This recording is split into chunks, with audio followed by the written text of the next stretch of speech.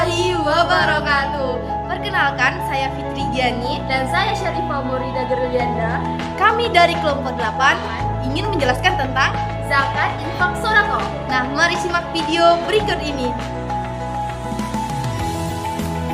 Baiklah, masuk ke dalam zakat dalam perspektif ekonomi Islam.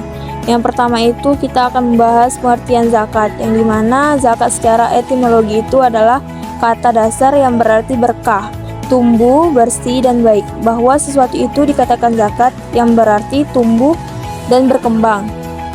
Dan seorang itu dapat dikatakan zakat yang berarti bahwa orang tersebut baik.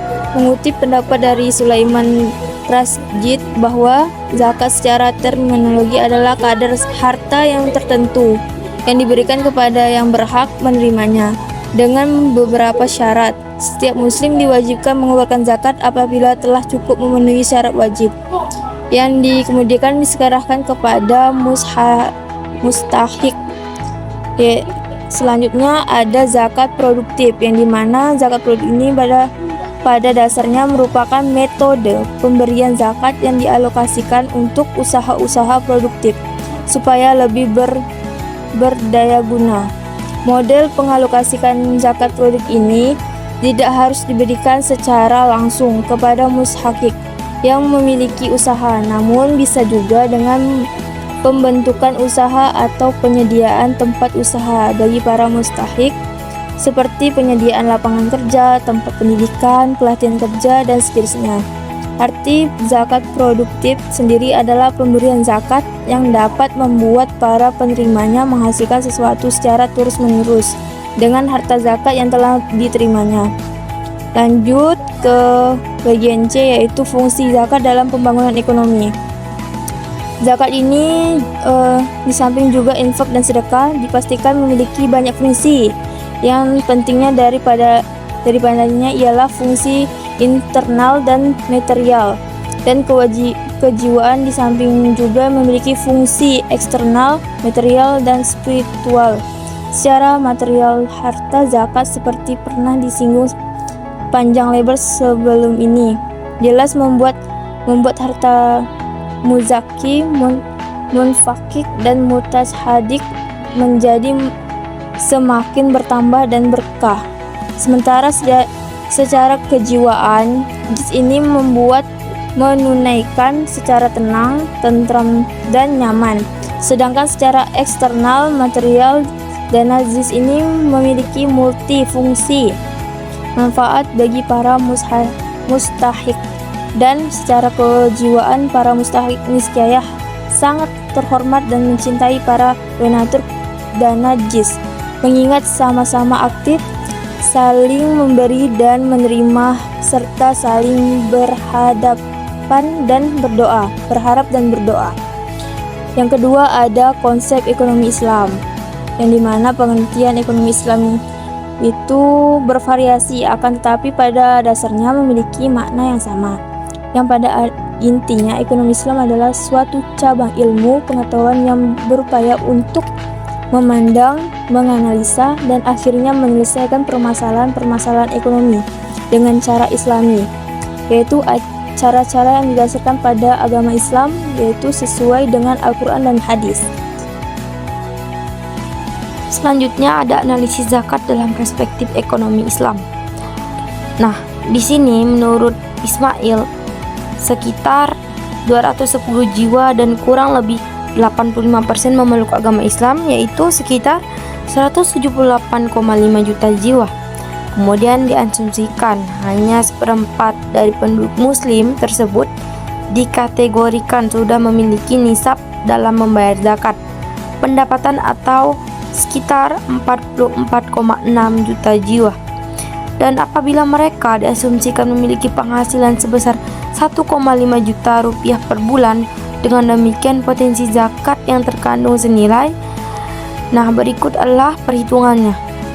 1.500.000 dikali 44.600 rupiah, kemudian dikali dengan 2,5% sama dengan 1,6 triliun.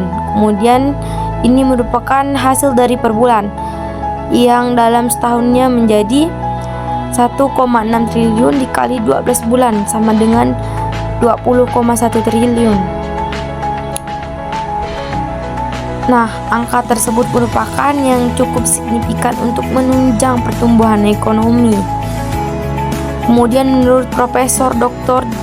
Didin Hafidudin bahwa kami perlu kerja keras lagi karena dari potensi yang 217,3 triliun itu aktualisasinya masih sangat jauh karena baru 2,3 triliun yang tercatat di Basnas. Kemudian Basnas tidak menuntut semua dana zakat ditarik ke pusat, namun prinsipnya zakat yang terkumpulkan dan penyaluran ke warga di daerah masing-masing dilaporkan ke Basnas sehingga zakat dikelola secara profesional, tepat sasaran dan dapat menjadi solusi permasalahan umat. Kemudian ada hubungan zakat dan pajak dalam perspektif Islam. Kedua hal ini memunculkan beberapa permasalahan penting karena adanya perbedaan antara keduanya yaitu pajak dan zakat. Khususnya memunculkan dualisme pemungutan pajak dan zakat pada objek yang sama. Dualisme pemungutan ini pada gilirannya akan menimbulkan kesulitan bagi pemilik tanah atau pemilik pendapatan.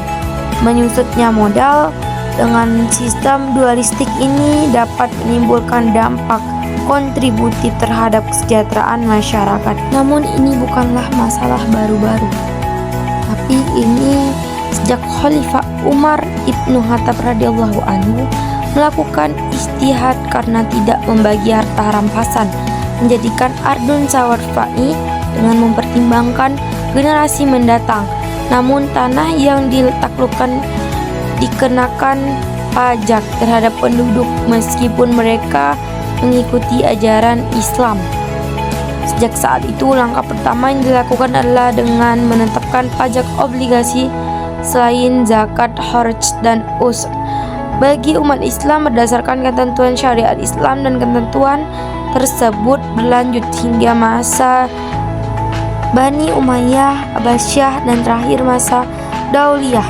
Saat ini pajak merupakan sumber penerimaan negara yang terbesar karena semakin banyaknya pegawai negeri sipil serta semakin besarnya kewajiban dan tanggung jawab negara di bidang ekonomi dan sosial.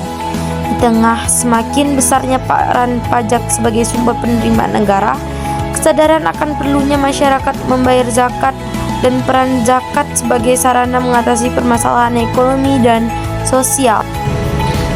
Sekian penjelasan dari kelompok 8. Kurang lebihnya sekali mohon maaf. See you.